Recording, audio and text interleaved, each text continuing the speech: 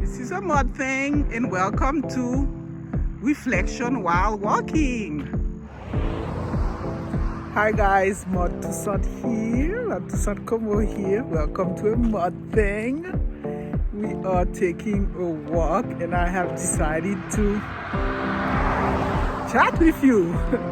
Let's call it, I don't know, walking reflections. I'm in beautiful Florida. Just thought of just sharing those things that I've been thinking about, essentially about really the type of people that we should be with, the type of boyfriend, the type of husband, friends that we should be with. It takes a very, very long time to really curate our friendship and to have the courage to make choices, to make some hard choices, because having our peace costs a lot, emotionally, financially, sometimes, if we have to leave a bad situation. So it takes a lot of courage to really leave a situation. Just know that. But anyway, there are certain situations that I realize as I'm celebrating a birthday coming up soon. Very, very soon this month, end of the month, that perhaps one of the things I've learned is being able to have the courage to just end situation.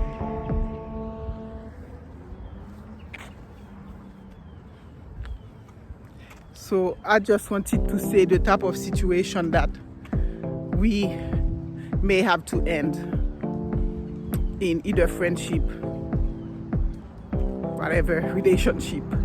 Communication is probably the number one. Communication is number one. If someone is listening to react as opposed to listen to understand, there is a good chance it's never going to work, especially when the reaction is just very, very rough, very, very mean, very unfair situation. It's not going to work. And if we're doing that, we really need to stop that. That's something that I've really tried to work. Try to listen to people, to understand their point of view. Forget about mine. Just really get into the person's skin, the person's perspective, and understand where the person is coming from. And just underlying respect. This is how we have to communicate. If we're in a situation where there is constant conflict, just because communication is so bad, we're dealing with reactive people, we're dealing with combative people, it's not going to work, guys. So that's number one, good communication. Number two, self-centered. In fact, they're probably all within the same kind of character. Someone with a bad temperament is not going to be a good listener. So there is a chance that that person or that friend is also going to be egotistic.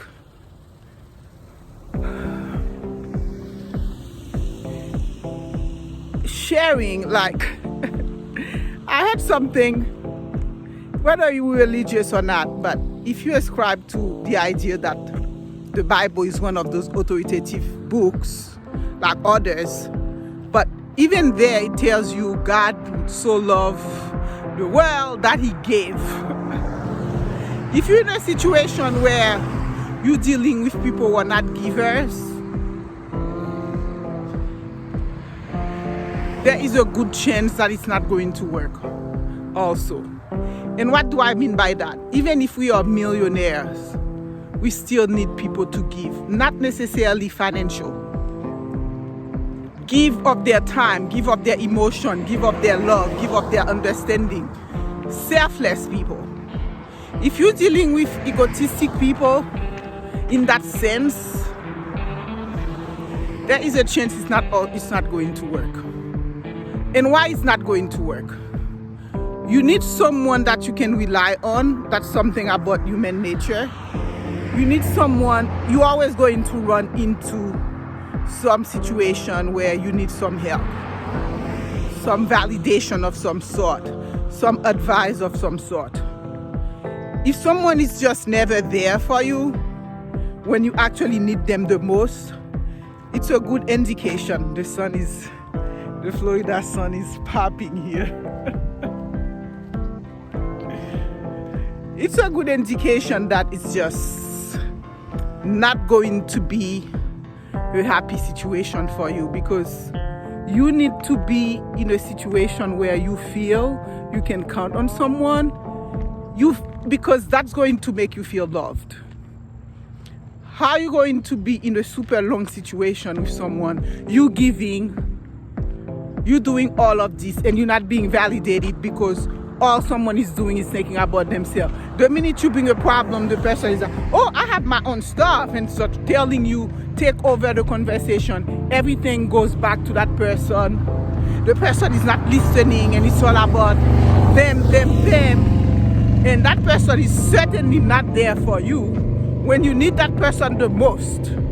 When you need the most, whatever issue you have, good or bad, that's the last person you want to call. That's a good indication that if you're with someone and you have no intention of calling that person when you really need, there is a good chance that there is no real validation, there is no real love. The person is there for himself, the person is there for his interests, and eventually you're going to just want to have enough of it. Especially if on top of it there is a lot of conflict. Seriously, imagine that. You're not feeling loved, you're not feeling validated, you cannot rely on someone, and then there is no communication, there is no respect, there is conflict. Those two things, you see how they relate together. That means there really is no point to relationship. The purpose of relationship is for us to feel happy. We guys need to understand that. I know women have been groomed to accept things, to compromise, and to just settle for less. In the case of men too, maybe sometimes there could be this type of situation. But regardless, we need to know with those two things that there is really no point. The third one is a big one, and it's a jealous person. I know it's hard to believe, but we all could potentially have some form of jealousy, like innate in us. But when someone has perhaps some form of emotional, mental issues, and they're not able to really control their emotion, it becomes very uncomfortable to deal with someone who is constantly comparing, who is, even if they profess to be happy for you or not. And the reason why that bothers you is because you don't feel safe. You don't feel safe in that situation. You don't feel emotionally safe in that situation. Someone that you feel like, oh, what you have you should be enjoying with, but the person is in presence of what you have, and it's just about comparison, or it's just about them being triggered for what they don't have and stuff like that. After a while, and then it can end up being confrontational. It can end up being confrontational. You know, like, especially when it involves not just you, but your children, for example. So I've had a situation where someone was not just comparing us, they were comparing children. And as parent or anything, like, it can become highly problematic. You like, the purpose of having friends or relationship or lovers or husband or partners is to reinforce each other. Like the more you have, the more the person likes that and the person wants to enjoy it with you. Not the person just being kind of weirdly antagonistic in a way about what you have. I think eventually you kind of get tired of that because, again, you don't feel safe. You don't feel safe. I just think that eventually there is a chance that if there is a friendship and you feel there is jealousy and envy, that means you're not going to be feeling safe. You're not going to trust that relationship. You're not going to feel safe in many ways, emotionally, and even scared for your life situation. And because if I have to go back to the Bible, like supposedly like the first crime came from jealousy, like Cain, Abel, whatnot, if you know that story. So it can be very grave. It can be very grave. That's not a situation that if you're confronting, eventually you have to pay the harsh price of leaving a situation, the relationship. So these are my 3 things to avoid and to just walk away from. So if you like those ideas like that I share with you and my thoughts, let me know. And just also add some of the stuff that we have to avoid, because unfortunately, I think the hardest lesson I've learned is that sometimes we just have to let go. And those 3 things, we just have to avoid them. Lack of communication, people being self-centered, not being able to rely on, and just a corollary of that, being outright jealous. All right, guys, until next time, bye. I'll keep on my walk. There it is, very beautiful sun. I don't know if you can see it, but